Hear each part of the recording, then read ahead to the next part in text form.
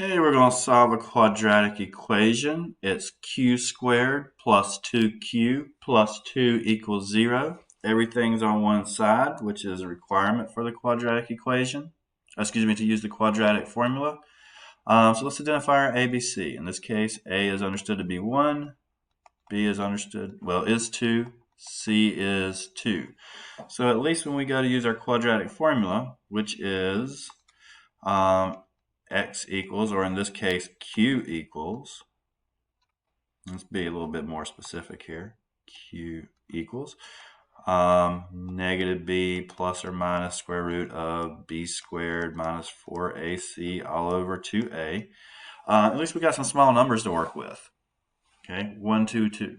So let's plug everything in here to our quadratic formula and see what we get.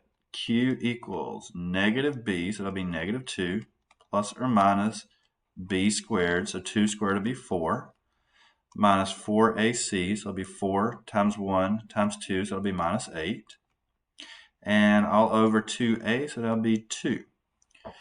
So clean this up, we'll have negative 2 plus or minus the square root of 4I, for the negative 4 under the root, all over 2.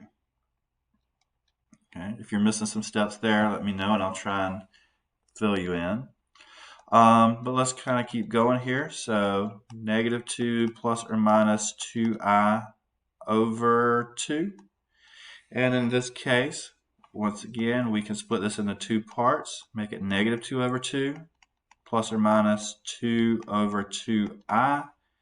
In the end, it reduces down to something really simple, negative 1 plus or minus 1I. So that is the two answers. So probably more than likely, if you make a mistake, it's going to happen in the nitty-gritty of just adapting the formula, but making sure you're carrying those steps out very carefully. All right.